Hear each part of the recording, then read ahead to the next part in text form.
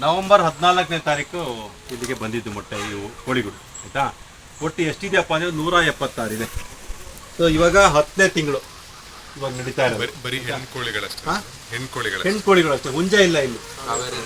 ಕಾವೇರಿ ಬರುತ್ತೆ ಇಲ್ಲಿ. ಹುಂಜ ಬಂದ್ರೆ ಏನಾಗುತ್ತೆ ಅಂತಂದ್ರೆ ಕೋಳಿನಲ್ಲಿ ಮೊಟ್ಟೆನಲ್ಲಿ 2 ಥರ. ಹುಂಜದಿಂದ ಅದೇನಾದರೂ ಮೊಟ್ಟೆ ಆದರೆ ಫರ್ಟೈಲ್ ಎಗ್ ಆಗುತ್ತೆ ಅದು ಆಯ್ತಾ, ಅಂದರೆ ಮರಿ ಮಾಡೋದಕ್ಕೆ ಆಗುತ್ತೆ. ಇದು ಬರೀ ಮೊಟ್ಟೆ ಬರುತ್ತೆ, ಇದರಲ್ಲಿ ಮರಿ ಆಗೋದಿಲ್ಲ. ಇದಕ್ಕೆ ಸೆಲ್ಫ್ ಲೈಫ್ ಜಾಸ್ತಿ, 11 ದಿವಸದ ತನಕ ಕೂಡ ಇಡ್ಬೋದು. ಅವು 3ನೇ ದಿವಸ ನಮ್ಗೆ ಇರೋದು. ಆಮೇಲೆ ಅದರಲ್ಲಿ ಬ್ಲಡ್ ಲೈನ್ ಬರುತ್ತೆ, ಕೆಲವರು ಇಷ್ಟಪಡೋದಿಲ್ಲ ಅದನ್ನು. ಬ್ಲಡ್ ಲೈನ್ ಬಂದ್ಬಿಟ್ರೆ ಮಾಂಸಾಹಾರ ಅಂತ ಅಂದ್ಬಿಟ್ಟು. ಸೊ ಇದಕ್ಕೆ ಮಾರ್ಕೆಟ್ ಇರೋದು ಬ್ಲಡ್ ಲೈನ್ ಇಲ್ದಲೇ ಇರ್ತಕ್ಕಂಥದ್ದಕ್ಕೆ. ಸೊ ಅದಕ್ಕೆ ಹುಂಜ ಇಲ್ದಲೇ ಬರ್ತಕ್ಕಂಥ ಮೊಟ್ಟೆಗೆ ನಾವು ಇವಾಗ ಸದ್ಯಕ್ಕೆ ನಾವು ಮಾರ್ಕೆಟ್ ಮಾಡ್ತಾ ಇರೋದು. ಈ 176 ಕೋಳಿ ಇದೆ. 176ರಲ್ಲಿ ನಮಗೆ ಪ್ರತಿ ದಿವಸ ನಮಗೆ 116, ಅವರೇಜ್ 116 ಸಿಗ್ತಾ ಇದೆ. ನಿನ್ನೆ 124, ಮೊನ್ನೆ 130 ಈ ಥರ ಎಲ್ಲ ಸಿಗುತ್ತೆ. ಅವರೇಜ್ 116. ಸೊ ಅದನ್ನು ಬಿಟ್ಬಿಟ್ರೆ 200 ಕೋಳಿ ಅಂತ ಕನ್ಸಿಡರ್ ಮಾಡಿದ್ರೆ 100 ಅಂತೂ ಸಿಗುತ್ತೆ ನಮಗೆ. ಅಂದರೆ 50% ಅಂತದೆ. ಅಂದರೆ 2 ದಿವಸಕ್ಕೊಂದು ಮೊಟ್ಟೆ ಇಡುತ್ತೆ ಅಂತೇಳಿ ತಿಳ್ಕೊಳ್ಳೋಣ. ಅರ್ಥ ಆಯ್ತಾ? ಸೊ ನಮಗೆ 100 ಮೊಟ್ಟೆ ಆಯಿತು ಅಂತಂದರೆ ಡೈಲಿ 1,000 ರೂಪಾಯಿ ದುಡ್ಡು, ತಿಂಗಳಿಗೆ 30,000 ರೂಪಾಯಿ ದುಡ್ಡು. 10,000 ರೂಪಾಯಿ ನಮ್ಮ ಲೇಬರು ಮತ್ತು ಅದಕ್ಕೆ ಆಗ್ತಕ್ಕಂಥ ಫುಡ್ಡಿಗೆ ಖರ್ಚಾಗುತ್ತೆ. ಇನ್ನು 20,000 ರೂಪಾಯಿ ಉಳಿಯುತ್ತೆ ನಮಗೆ. ಇದು 3 ವರ್ಷದ ತನಕಲೂ ಕೂಡ ಮೊಟ್ಟೆ ಇಡುತ್ತೆ. ಬಟ್ 2 ವರ್ಷದ ನಂತರ ಇಳುವರಿ ಸ್ವಲ್ಪ ಕಮ್ಮಿ ಆಗುತ್ತೆ. ಸೊ 2 ವರ್ಷದ ನಂತರ ಏನು ಮಾಡಬೇಕಪ್ಪ ಅಂತಂದರೆ ಕೋಳಿಗಳನ್ನು KG ಲೆಕ್ಕದಲ್ಲಿ ಮಾರಾಟ ಮಾಡಿಬಿಡ್ಬೇಕು. ಹೊಸದಾಗಿ ಮತ್ತೆ ಕೋಳಿನ ಬಿಡಬೇಕು. ಆಮೇಲೆ ಮಿಕ್ಸ್ ಮಾಡಬಾರ್ದು, ಎಲ್ಲದೂ ಕೂಡ ಒಂದೇ ಏಜಲ್ಲಿ ಇರಬೇಕು. ಇಲ್ಲಾಂದರೆ ಏನಾಗುತ್ತೆ, ನೀವು ಮಿಕ್ಸ್ ಮಾಡಿಬಿಟ್ರೆ ಯಾವುದು ವಯಸ್ಸಾಗಿರೋದು ಯಾವುದು ಹೆಂಗು ಅನ್ನೋದು ಗೊತ್ತಾಗಲ್ಲ. ಯಾವುದನ್ನು ಮಾರಬೇಕು ಯಾವುದನ್ನು ಇಟ್ಕೋಬೇಕು ಅಂತ ಗೊತ್ತಾಗೋದಿಲ್ಲ. Average maintain. ಅದಕ್ಕೆ ಬ್ಯಾಚ್ ಬೇಕಾದ್ರೆ ನೀವು ಬ್ಯಾಚ್ಗಳು ಮಾಡ್ಕೊಳ್ಳಿ. ಇಲ್ಲಿ ಮಧ್ಯೆ ಒಂದು ಬೇಲಿ ಹಾಕ್ಬಿಟ್ಟು ಅದೇ ಒಂದು ಬ್ಯಾಚು ಇದೇ ಒಂದು ಬ್ಯಾಚ್ ಮಾಡಿ. ಒಂದು ಬ್ಯಾಚ್ ಮಾಡಿದ್ರೆ ಪೂರ್ತಿ ಒಂದೇ ಸತಿ ಒಂದು ಬ್ಯಾಚು. ಈ ಥರ ಮಾಡಿದಾಗ ನಿಮಗೆ ಕಂಟಿನ್ಯೂಸ್ ಇನ್ಕಮ್ಮು ಇದ್ದೇ ಇರುತ್ತೆ. ಸೊ ನೀವು 100 ಕೋಳಿ ಸಾಕಿದ್ರು ಕೂಡ ತಿಂಗಳಿಗೆ 15,000 ರೂಪಾಯಿ, ತಿಂಗಳಿಗೆ ನಿಮ್ಗೆ 10,000 ರೂಪಾಯಿ ಅಂತ ಖಂಡಿತ ಸಿಗುತ್ತೆ. 200 ಕೋಳಿಯಿಂದ 20,000 ಸಿಗುತ್ತೆ. 100 ಕೋಳಿ ಸಾಕಿದ್ರೆ 10,000 ರೂಪಾಯಿ ಅಂತ ಸಿಗುತ್ತೆ. ಎಷ್ಟು ಜಾಗ ಬೇಕು? 10 ರಿಂದ 12 ಗುಂಟೆ ಜಾಗದಲ್ಲಿ. ಇದರಲ್ಲಿ ಕಮ್ಮಿ ಇದೆ. ಇದು 500 ಕೋಳಿನ ಬಿಡ್ಬೋದು. ಇಷ್ಟು ಒಳಗಡೆ ಈ ಬರೀ 200 ಮಾತ್ರ ಬಿಟ್ಟಿದ್ದೀವಿ, 176 ಮಾತ್ರ ಬಿಟ್ಟಿದ್ದೀವಿ. ಅಷ್ಟೇ 500 ಕೋಳಿ ತಂದ್ಕೊಳ್ಳೋ ಕೂಡ ಇದರಲ್ಲಿ ಬಿಡ್ಬೋದು. ಏನು ಇದಕ್ಕೆಲ್ಲ ಏನು ಬೇಡ, ಅವಶ್ಯಕತೆ ಮಾಡೋಕ್ಕಾಗಲ್ವಾ ಸರ್? ಇಲ್ಲ, ಏನು ಹೇಳ್ತೀನಿ ಕೇಳಿ, ನೀವು ಕೇಜಲ್ಲಿ ಮಾಡ್ತೀರಲ್ವಾ ಅವಾಗ ಮಾತ್ರ ಅನುಮತಿ ಬೇಕಾಗುತ್ತೆ. ಅದೊಂದು ಇಂಡಸ್ಟ್ರಿ ಬಿಸ್ನೆಸ್ ಅಂತ ಆಗುತ್ತೆ. ಇದು ನೀವು ಬ್ಯಾಕ್ ಯಾರ್ಡ್ ಪೌಲ್ಟ್ರಿ, ಇದು ನಾವು ಹೇಳ್ತಾ ಇರೋದು ನಿಮ್ಮ ಹಿತ್ತಲಿನಲ್ಲಿ ಸಾಕ್ತಕ್ಕಂಥ ಕೋಳಿಗಳಿವು. ನೀವು ಕೇಜ್ ಒಳಗಡೆ ಮಾಡಿದ್ದಕ್ಕೆ ಮಾತ್ರ ನೀವು ಅದಕ್ಕೆ ಪೌಲ್ಟ್ರಿ ಲೈಸೆನ್ಸು ಅದು ಮತ್ತೊಂದು ಎಲ್ಲದನ್ನು ಕೂಡ ತಗೋಬೇಕಾಗುತ್ತೆ. ಆಮೇಲೆ ರೋಗಗಳು ಜಾಸ್ತಿ, ಅದಕ್ಕೆ ಅದು ಹರಡ್ತಕ್ಕಂಥ ಬರ್ಡ್ ಫ್ಲೂ ಎಲ್ಲ ಹರಡ್ತಕ್ಕಂಥ ಚಾನ್ಸಸ್ ಇರ್ತವೆ. ಸೊ ಇದನ್ನು ಫ್ರೀ ಎರಡಲ್ಲಿ ನೀವು ಬೆಳೆಸೋದ್ರಿಂದ ಇದಕ್ಕೆ ಮಾಮೂಲಿ ನೀವು ಮನೆ ಮುಂದೆ 10 ಕೋಳಿ ಸಾಕೊಳ್ಳೋದಕ್ಕೆ ಯಾವುದೇ ಪರ್ಮಿಷನ್ ಬೇಕಾಗಿಲ್ಲ. ಸೊ ಅದನ್ನು 10 ಬದಲು ನೀವು 100 ಸಾಕ್ತಾ ಇದ್ದೀರಾ ಅಂತಂದರೆ ನೀವು ಫ್ರೀಯಾಗಿ ಬಿಟ್ಟಿದ್ದೀರಾ. ಕೇಜ್ ಒಳಗಡೆ ಸಾಕಿದಾಗ ಮಾತ್ರ ನಿಮಗೆ ಖಂಡಿತ ಇದಾಗುತ್ತೆ. ಸರ್ ಇದು ತರಬೇಕಾದ್ರೆ ಎಷ್ಟು ಕೆಜಿ ಇರ್ತಾರೆ ಸರ್ ಲೈವ್ ವೆಯ್ಟ್? ಅವಾಗ ತಗೊಂಬಂದು ಬಿಡ್ತೀರಲ್ಲ, ಅವಾಗ 250 ಗ್ರಾಮ್ ಆ ಥರ ಇರುತ್ತೆ. ನಮ್ಮ ಮರಿನೇ ತಗೊಂಡ್ಬಿಡ್ತೀರಾ? ಮರಿನೇ ತಗೊಂಡ್ಬರ್ತೀವಿ. ಓಕೆ. ಎಲ್ಲಿ ಸಿಗುತ್ತೆ ಸರ್ ಮರಿ? ಹೆಸರುಗಡದಲ್ಲಿ ಸಿಗುತ್ತೆ. ಓಕೆ. ಮಾಗಡಿಲಿ ಒಬ್ರು ಕೊಡ್ತಾರೆ. ನಮ್ಮವ್ರು ಬಂದ್ರೆ ನಿಮ್ಗೆ ಲಿಸ್ಟ್ ಕೊಡ್ತಾರೆ, ಅಥವಾ ನಾವೇ ತರಿಸ್ಕೊಡ್ತೀವಿ. ಇವೆಲ್ಲ ಒಂದೇ ಸತಿ ಇಂಡಿಯನ್ ತಗೊಂಡ್ಬಿಟ್ಟು ಇವಾಗ ನಾವೇನೇ ಬ್ರೀಡಿಂಗ್ ಮಾಡಬೇಕು ಅಂತ ಇದೇ ಜಾಗದಲ್ಲಿ ಮಾಡ್ತಾ ಇದ್ದೀವಿ. ಮೋಸ್ಟ್ಲಿ ಇನ್ನೊಂದು 6 ತಿಂಗಳೊಳಗಡೆ ನಮ್ಮದೇ ರೆಡಿ ಆಗುತ್ತೆ. ನಾವು ಇಲ್ಲಿಂದಲೇ ಮರಿಗಳನ್ನು ಕೊಡೋದಕ್ಕೆ ಪ್ರಯತ್ನ. ಯಾಕೆಂದರೆ ಮೊನ್ನೆ ಒಂದು ಮಾಗಡಿಯವ್ರು ಯಾರೋ ಸಪ್ಲೈ ಕೊಟ್ಟರು, ಸುಮಾರು ಜನ ರೈತರು ಕೊಡಿಸ್ಬಿಟ್ವಿ. ಇರಬೇಕು, ಕೊಡಿಸ್ಬಿಟ್ವಿ. ಇಲ್ಲಿ ಬರ್ತಿದ್ದಂಗೆ ಕೋಳಿಗಳೆಲ್ಲ ಸಾಯೋದಕ್ಕೆ ಶುರುವಾಗ್ಬಿಟ್ಟು. ಅವನು ಲೆಟ್ರ್ ಕೊಟ್ಟ, ನಾನು ವ್ಯಾಕ್ಸಿನ್ ಮಾಡಿಸಿದ್ದೀನಿ ಅಂತ. ಬಟ್ ಸ್ಟಿಕ್ಕರ್ ಇಲ್ಲ, ಅಲ್ಲ ಸ್ಟಿಕ್ಕರ್ ಹಾಕ್ಬೇಕು. ಅದು ವ್ಯಾಕ್ಸಿನ್ ಇರುತ್ತಲ್ಲ, ಅದು ಸ್ಟಿಕ್ಕರ್ ಹಾಕಬೇಕು. ವ್ಯಾಕ್ಸಿನ್ ಮಾಡಿಸಿದನೋ ಇಲ್ಲೋ ಗೊತ್ತಿಲ್ಲ, ವ್ಯಾಕ್ಸಿನ್ ಮಾಡಿಸಿದ್ದೀನಿ ಅಂತ ಹೇಳ್ಬಿಟ್ಟು ಡಾಕ್ಟ್ರು ಪೋಸ್ಟ್ ಮಾರ್ಟಮ್ ಮಾಡಿದಾಗ ಗೊತ್ತಾಯ್ತು ಇದಕ್ಕೆ ವ್ಯಾಕ್ಸಿನೇಷನ್ ಆಗಿಲ್ಲ ಅಂತ. ಈ ಥರದ್ದೆಲ್ಲ ಆಗ್ತವೆ. ಅದಕ್ಕೋಸ್ಕರ ನಾವೇ ಇಲ್ಲೇ ರೆಡಿ ಮಾಡಿ ನಾವೇ ಅದನ್ನು ಬ್ರೀಡಿಂಗ್ ಮಾಡಿಬಿಟ್ಟು ಕೊಡೋಣ ಅಂತಂದ್ಬಿಟ್ಟು ಅಂತ ಹ್ಯಾಚರಿ ಹಾಕ್ಬಿಟ್ಟು ಇಲ್ಲಿಂದಲೇ ಡಿಸ್ಟ್ರಿಬ್ಯೂಟ್ ಮಾಡೋಣ ಅಂತ ಪ್ಲ್ಯಾನ್ ಮಾಡ್ತಾ ಇದ್ದೀವಿ. ಸರ್, ಈಗ ಅದು ನಾವು ಒಂದು ಕೋಳಿ ಮರಿತಂದರೆ ಅದು ಮೊಟ್ಟೆ ಇಕ್ಕಕ್ಕೆ ಎಷ್ಟು ದಿವಸ ಆಗುತ್ತೆ? 4.5 ತಿಂಗಳಿಂದ ಶುರುವಾಗುತ್ತೆ. ನಾವು ತಗೊಬಂದು 4.5 ತಿಂಗಳು ಅಲ್ಲ, ಅದು ಏಜ್ 4.5 ತಿಂಗಳಿಂದ. ಅದು ಸರ್ ಎಷ್ಟು ರೂಪಾಯಿ ಬೀಳುತ್ತೆ ಸರ್? 250 ಗ್ರಾಮ್ ಅಂತ ಹೇಳಿರಲ್ಲ, 250 ರೂಪಾಯಿನ ಬೀಳುತ್ತೆ ಒಂದು ಮರಿ. ಅದು 250 ಗ್ರಾಮ್ಗೆ 250 ರೂಪಾಯಿ ಬೀಳುತ್ತೆ. 250 ರೂಪಾಯಿ ಗ್ರಾಮ್ ಗೊತ್ತಿಲ್ಲ ನನಗೆ. 250 ರೂಪಾಯಿ 300 ರೂಪಾಯಿನ ಬೀಳುತ್ತೆ ಅಷ್ಟೇ ಒಂದು ಮರಿಗೆ. ಒಂದು ಮರಿ ಅದು. ಇದನ್ನ ನೀವು ಮಾರಬೇಕಾದ್ರೆ ಹೆಂಗೆ ಮಾಡ್ತಿದ್ದೀರಾ ಸೆಲ್ಲಿಂಗ್? KG 350 ತನಕ 390 ಕೆರ ಮನೆ ಮಾರಿದ್ರು ರೈತರು. ಆ ಥರ ಮಾರ್ತಾರೆ KG. ಅವಾಗ ಮಾರಬೇಕಾದ್ರೆ KG ಲೆಕ್ಕಲ್ಲಿ ಮಾರ್ತಾರೆ. ಸೊ ಇದು ನೋಡಿ, ಬಾಡಿ ವೆಯ್ಟು ಎಷ್ಟಿದೆಯಪ್ಪ ಅಂದರೆ 1 kg 85 ಗ್ರಾಮ್ ಇದೆ. ಅದು ಸರಿ, 250 ಗ್ರಾಮ್ ಇದೆ. ಅದು ಆವ್ರೇಜ್ ವೆಯ್ಟ್ಗೇನು ಒಂದು ದಿವಸಕ್ಕೆ 3 ಗ್ರಾಮ್ ಅಷ್ಟು ಗೇನ್ ಆಗ್ತಾ ಇದೆ ನಾವು ಕೊಡ್ತಾ ಇರೋದ್ರಿಂದ. ಆಮೇಲೆ ಡೈಲಿ ಫೀಡಿಂಗು ಟೋಟಲ್ 20 kg ಕೊಡ್ತಾ ಇದ್ದೀವಿ. ಅಂದರೆ ಒಂದು ಇದಕ್ಕೆ ಅಕ್ಕಿಗೆ 11 ಗ್ರಾಮಷ್ಟು 110 ಗ್ರಾಮಷ್ಟು ಇದನ್ನ ಕೊಡ್ತಾ ಇದ್ದೀವಿ ನಾವು. ಆಯಿತಾ, ವೆಯ್ಟ್ ಬಂದ್ಬಿಟ್ಟು 48 ಗ್ರಾಮ್ಸ್ ಇದೆ average weight. So 30 gram is eligible. 30 gram ಇದೆ ಅಂತಂತಂದರೆ ಅದು ಗುಡ್ ಅಂತ ಅರ್ಥ. ಸೊ ನಮ್ದು ಆವ್ರೇಜು 48 ಗ್ರಾಮು ಒಂದು ಮೊಟ್ಟೆ ಬರ್ತಾ ಇದೆ. ಫುಡ್ ಏನು ಕೊಡ್ತೀರಾ ಸರ್? ಫುಡ್ ಅದಕ್ಕೆ ಡಾಕ್ಟ್ರ್ ಹೇಳ್ತಾರೆ ಫಾರ್ಮುಲಾ, ಅದಕ್ಕೆ ಏನೇನು ಹಿಂಡಿ, ಮೆಕ್ಕೆಜೋಳದ ನುಚ್ಚು ಅದನ್ನೆಲ್ಲ ಸೇಮ್ ಏಮರ್ ಮಾಡ್ತೀವಲ್ವ ಅದೇ ಥರದ್ದು ರೆಡಿ ಮಾಡಿಬಿಟ್ಟು ಕೊಡ್ತೀವಿ.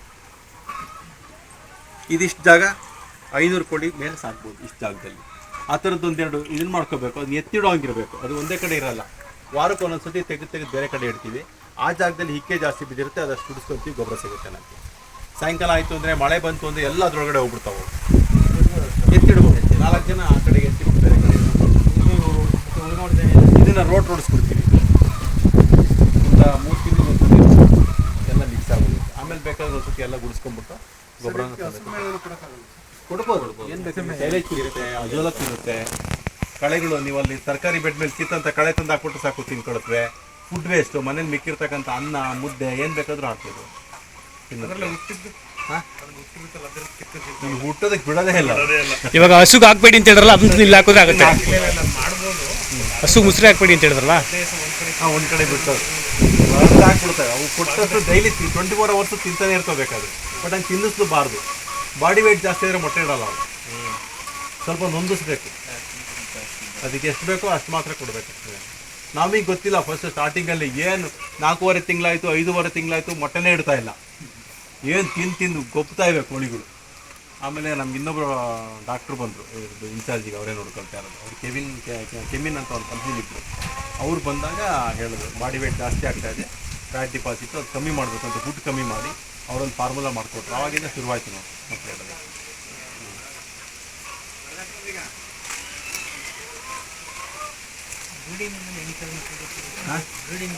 ಏನು ಅಂತಂದರೆ ಮೊಟ್ಟೆ ಇಡ್ತಕ್ಕಂಥದ್ದು ಒಂದು ಕ್ರಿಯೆ ಏನಿದೆ ಅದು ಕಂಟಿನ್ಯೂಯಸ್. ಅದು ನಿಮಗೆ ಹುಂಜ ಇದ್ರೇನಾಗುತ್ತೆ ಅಂತಂದಕ್ಕೆ ಸ್ಪರ್ಮ್ ಬ್ಯಾಗ್ ಅಂತ ಇರುತ್ತೆ ಇದರೊಳಗಡೆ. ಆ ಸ್ಪರ್ಮ್ ಬ್ಯಾಗಲ್ಲಿ ಹೋಗ್ಬಿಟ್ಟು ಹುಂಜದ ವೀರ್ಯಾಣು ಹೋಗ್ಬಿಟ್ಟು ಕಲೆಕ್ಟ್ ಆಗುತ್ತೆ. ಆ ಮೊಟ್ಟೆ ಬರ್ತಕ್ಕಂಥ ಸಂದರ್ಭದಲ್ಲಿ ಆ ವೀರ್ಯಾಣು ಅಲ್ಲಿಗೆ ಬಂದರೆ ಮಾತ್ರ ಅದು ಫರ್ಟೈಲೈಸ್ ಆಗೋದು. ಇಲ್ಲ ಅಂತಂತಂದರೆ ಆ ಮೊಟ್ಟೆ ಆಟೋಮೆಟಿಕ್ಕಾಗಿ ಆಚೆ ಬಂದ್ಬಿಡುತ್ತೆ. ಅದು ಕಂಟಿನ್ಯೂಸ್ ಪ್ರೋಸೆಸ್ ಬರ್ತಾನೆ ಇರುತ್ತೆ ಮೊಟ್ಟೆ. ಸೊ ಅದು ಬಟ್ ಬರೀ ಆಗಲ್ಲ ಮೊಟ್ಟೆ ಅಷ್ಟೇ. ಆಮೇಲೆ ಅದು ಹಳೆ ಕ್ಯಾನ್ಗಳನ್ನ ಬಳಸ್ಕೊಂಡು ಅದಕ್ಕೆ ಮೊಟ್ಟೆ ಇಡೋಕ್ಕೆ ಜಾಗ ಮಾಡಿದ್ದೀವಿ. ಅರ್ಥ ಆಯ್ತಾ? ಸೊ ಅದರೊಳಗೆ ಕಾಯರ್ ತೆಂಗಿನ ನಾರು ಹಾಕ್ಬಿಟ್ಟಿದ್ದೀವಿ, ಕುಷನ್ ಇರುತ್ತೆ. ಅವು ರೂಢಿ ಹಾಕ್ಬಿಟ್ರೆ ಹೋಗ್ಬಿಟ್ಟು ಅಲ್ಲೇ ಮೊಟ್ಟೆ ಇರುತ್ತೆ. ಅಲ್ಲಿ ಜಾಗ ಇಲ್ಲ ಅಂದಾಗ ಮಾತ್ರ ಬೇರೆ ಕಡೆ ಹಾಂ ಅದೇ ಅಲ್ಲಿ ಜಾಗ ಇಲ್ದಲೇ ಇದ್ದಾಗ ಮಾತ್ರ ಅದೇನು ಮಾಡುತ್ತೆ, ಬೇರೆ ಕಡೆ ಇರ್ತಾರೆ. ಎಲ್ಲ 2-3 ಕೋಳಿ ಕೆಲವೆಲ್ಲ ಕ್ಯೂನಲ್ಲಿ ಕಾಯ್ತಾ ಇರ್ತೇವೆ, ಜಾಗ ಬೇಕಾದಕ್ಕೆ.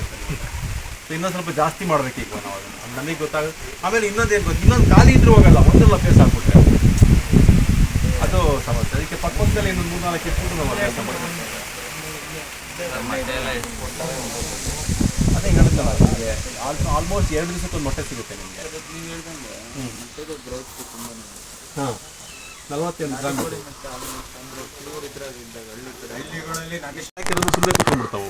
ಎಷ್ಟು ದಿನ ಕೂರ್ತವೆ ಸರ್? ಸೊ ಒಂದು 3 ದಿವಸ ಕೂತ್ಕೋ ಅಷ್ಟೇ. 3 ದಿನ. ಈಗ ನಮ್ಮೆಲ್ಲ ತಿಂಗಳಾದ್ರೂ ಆದರೂ ಎದ್ದೇಳೋದೇ ಇಲ್ಲ.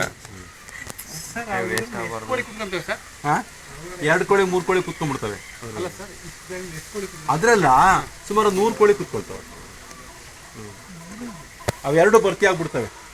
176 ಕೋಳಿ 2 ಕೂಡ ಸಾಕಾಗುತ್ತೆ. ಮೇಲ್ ತನಕ ಅಲ್ಲಿ ಮೇಲ್ಗಡೆ ತನಕ ಕುತ್ಕೊಡೋದು. ಅದಕ್ಕೆ ಮಾಡಿದ್ದೀನಿ ನೋಡಿ ರ್ಯಾಕ್, ಅದೆಲ್ಲ ಕುತ್ಕೊಂಡ್ಬಿಡ್ತವೆ. ಸರ್ ಇವಾಗ ನಾವು ಫಾರಂ ಮಾಡಬೇಕು ಅಂದರೆ ನಿಮ್ಗೆ ಟೈಅಪ್ ಯಾವುದು ಇಂಡಿಯಾದಲ್ಲಿ ಡಬ್ಬಗಳು ಸಿಗ್ತವೆ ಸರ್. ಅದು ಯಾವುದೋ ಇಂಡಸ್ಟ್ರಿಗಳಲ್ಲಿ ಆಯಿಲ್ ಕ್ಯಾನ್ಗಳು ಸಿಗ್ತವೆ, ಅದ್ರ ಇದು ಸಿಗುತ್ತೆ, ಅದ್ರಲ್ಲಿ ಮಾಡ್ಬೋದು. ಏನಂದ್ರೆ ಸರ್ ನಾವು ನಿಮ್ಗೆ ಟೈಅಪ್ ಆಗಬೇಕು ಅಂದರೆ ಈ ಥರ ಮಾಡಿದ್ರಾಗುತ್ತೋ ಇಲ್ಲ ಸಡ್ನೆ ಮಾಡಬೇಕು? ಇಲ್ಲಪ್ಪ, ನೀವು ಇಷ್ಟೊಂದೆಲ್ಲ ಬಂಡವಾಳ ಹಾಕಕ್ಕೆ ಹೋಗ್ಬೇಡಿ. ಲೋ ಕಾಸ್ಟಲ್ಲಿ ಹೇಳ್ಕೊಡ್ತಾರೆ ನಮ್ಮವರು. ಆ ಥರ ಮಾಡಿ ಸೇಫ್ಟಿ ಏನು ಬೇಕೋ ಅದನ್ನು ಮಾಡ್ತಾರೆ. ಇದಕ್ಕೆ ಇಂಪಾರ್ಟೆಂಟ್ ಗೊತ್ತಾಯ್ತಾ? ನೀವು ಮರದಲ್ಲೇ ಫ್ರೇಮಲ್ಲಿ ಮಾಡಿದ್ದೀವಿ ನೋಡ್ರಿ ಕುತ್ಕೊಳ್ಳೋಕ್ಕೆ, ಆ ಥರದಲ್ಲೇ ಮಾಡ್ಕೋಬೋದು ನೀವು. ಇನ್ಚಾರ್ಜ್ ಒಬ್ರು ಕೇಳಿದ್ರು, ನಮ್ದು ಫಾರಂ ಐತೆ ಅಲ್ಲೇ. ಅವ್ರು ಕೇಳಿದ್ಕೆ ಇದು 1.5 ಸ್ಕ್ವೇರ್ ಫೀಟ್ ಇರೋ ಫಾರ್ಮೇ ಆಗಬೇಕು ಒಂದು ಕೋಳಿಗೆ ಅಂತ ಹೇಳಿದ್ರು. ಅದಕ್ಕೆ ಆಯ್ತು. ಅಲ್ಲ ಜಾಗ ಬೇಕು ನಿಮಗೆ. ಅಲ್ಲ ಜಾಗ ಐತೆ, 1.5 ಚದರ ಅಡಿ ಒಂದು ಕೋಳಿಗೆ ಸರ್. ಇಲ್ಲಿ ಹಿಂಗ್ ಫ್ರೀ ರೇಂಜ್ ಅಲ್ಲ, ಫಾರಂ ಒಳಗಡೆ ನಮ್ಮಲ್ಲಿ ಫಾರ್ಮಲ್ಲಿ ನಾವು ಆ ಥರ ಇದು ಮಾಡಂಗಿಲ್ಲ. ಕೇಜ್ ಒಳಗಡೆ ಸಾಕಂಗಿಲ್ಲ ನಾವು. ಅಲ್ಲ ಫ್ರೀ ರೇಂಜ್ ಐತೆ ಸರ್. 10 ಕುಂಟೆ ಫ್ರೀ ರೇಂಜ್ ಮಾಡಿದ್ವಿ. ಒಳಗಡೆ ಫಾರಂ ಒಳಗೂ ಹೋಗ್ಬೇಕು, ಫ್ರೀ ರೇಂಜ್ ಇರ್ಬೇಕು ಅಂತ ಹೇಳಿದ್ವಿ. ಈ ತರ ಇದ್ ಮಾಡಕ್ ಹೇಳಿ ಲೋಕೇಶ್ ಸರ್ ಅಂದ್ಬಿಟ್ಟು. ಓಕೆ, ಸೇಫ್ಟಿಗೋಸ್ಕರ ಏನಾಗುತ್ತೆ, ನೀವು ಮುಂಗ್ಸಿ ಬರ್ತವೆ, ಮತ್ತೊಂದು ಬೆಕ್ಕುಗಳು, ಹೆಬ್ಳೆ ಬೆಕ್ಕೆಲ್ಲ ಬರ್ತವೆ, ಆ ಸೇಫ್ಟಿಗೋಸ್ಕರ ಮಾಡ್ಕೊಳ್ಳೋದಕ್ಕೆ ಹೇಳಿರುತ್ತೆ. ನಾಟಿ ಕೋಳಿ ಸಾಕ್ತಾ ಇದ್ದೋ, ಇವಾಗ ಕಾವೇರಿ ಚೇಂಜ್ ಮಾಡ್ತಾ ಇದ್ವಿ. ಕೈಯಪ್ಪ ಕಾವೇರಿ ಆದ್ರೆ ಮೊಟ್ಟೆ ಜಾಸ್ತಿ. ಸರ್ ಇವಾಗ ನಾವು ಸಾಕ್ಬೇಕು ಅಂದ್ರೆ ನೀವು ಟೈಪ್ ಮಾಡ್ಕೊಂಡು ನಮಗೆ ಎಲ್ಲ ಮರಿ ಕೊಡಿಸಿ ಎಲ್ಲ ವ್ಯವಸ್ಥೆ ಮಾಡ್ತೀರಾ? ಇವಾಗ ಬರೀ ನಾವು ಕೋಳಿನೇ ಸಾಕ್ತೀವಿ, ಇವಾಗ ಹಸು ಸಾಕಲ್ಲ, ನಾವು ಬರೀ ಕೋಳಿನೇ ಮಾಡ್ತೀವಿ ಅನ್ಕೊಂಡ್ರೆ ಅದು ಮಾಡ್ತೀರಾ? ಕೋಳಿ ಮಾಡ್ತಾ ಇರೋರೆ ರೈತರುಗಳಿದ್ದಾರೆ. ಹಾಂ ಹಾಂ ಹಾಂ, ಎರಡನ್ನೂ ಕೂಡ ಫುಲ್ ನಾವು ಕೋಳಿ ಮಾಡಕ್ಕೆ ಅದಕ್ಕೆ ಆರ್ಡರ್ ಮಾಡಿದರೆ